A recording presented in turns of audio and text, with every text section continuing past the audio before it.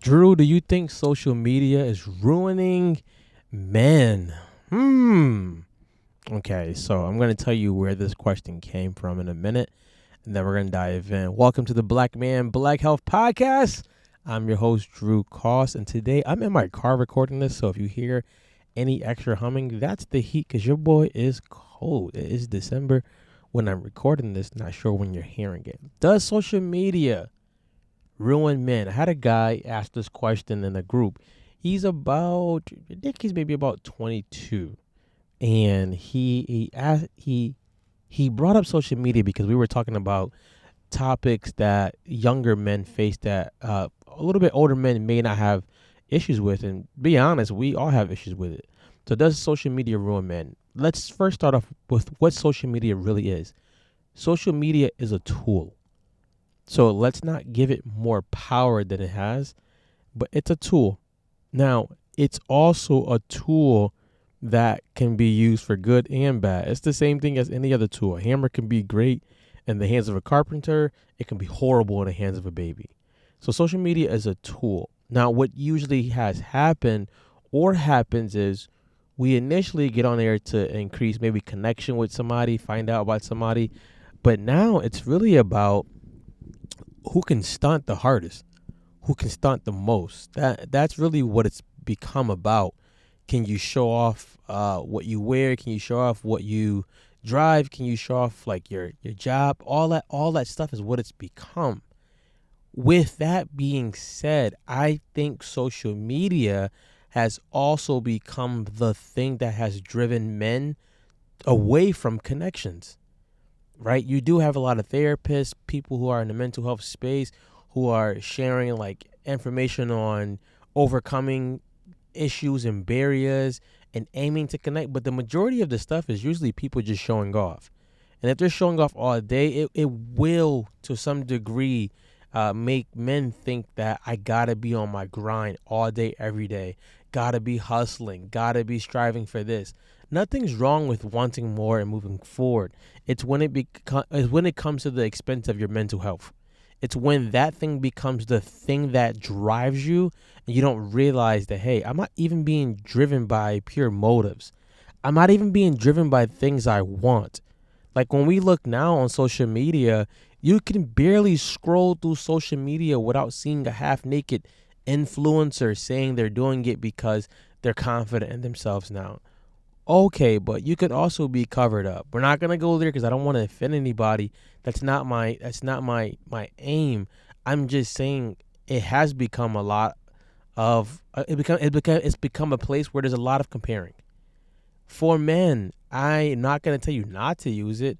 You can use it at your discretion. But what I wanted you to realize is social media is a highlight reel. It's people only uploading what they want you to see. Even if it's bad, like they want you to see that. No one's really uploading like, hey, I got punched in the mouth this week by life. Hey, I failed at this test. Hey, I do not feel like being a parent today. Hey, I don't have great communication with my spouse. No one's really posting that because A, it's not going to get a lot of likes. B, people don't want people to know the real them. Most people have a mask on. We all do, of some sort. We all want to make someone feel a certain way about us, so we present that. And that's what social media is. So the advice that we were giving to him is realize like this is a highlight reel. It's only people showing the good stuff. It's people showing polished stuff. I had a coach who I was giving some information and wisdom to, and they weren't making any money. And then they just put on social media that they make $1,000 a week from coaching. And I was like, you don't even have any clients. Like, but no one could check that person because they only can see what that person posts and they believe that. So social media is a tool. It's also a tool where people are consistently just putting up what they want people to see and know about them, which is why we call it a highlight reel. But it's a tool. It's just a highlight reel. I would advise men of any race to aim to build connections off of social media as well. Get in like some group. Get it. You can get in my Facebook group. Get into something where you actually feel you are contributing to the health and the mental health of another man, and them doing that for you also.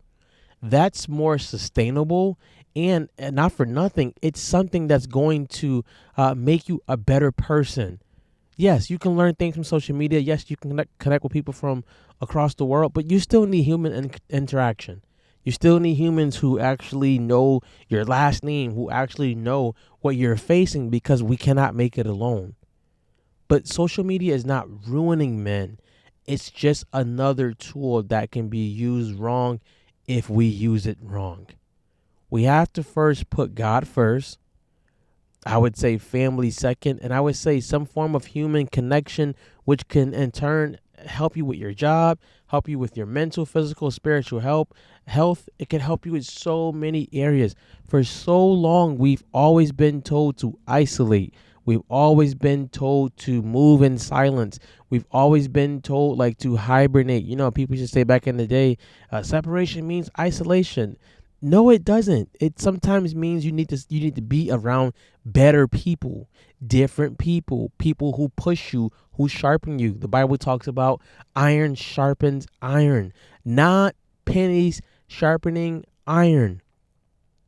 Iron sharpens iron, which means you need to be around more people.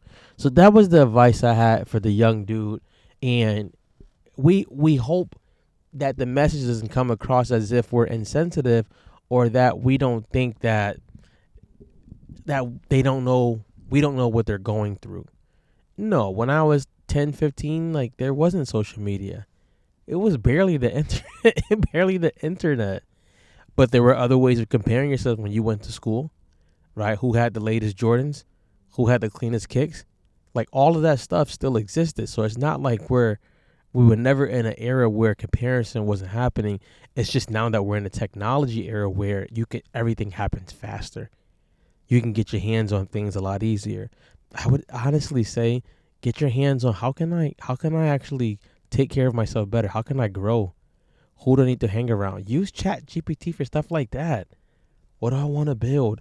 Maybe your 5-year plan, maybe your 10-year plan. Things like that. Like imagine like what I'm 39, so I would say imagine if we had Chat GPT back in the day, instead of going into the library, looking up those files and researching for hours to get an answer that we probably now could get within a minute.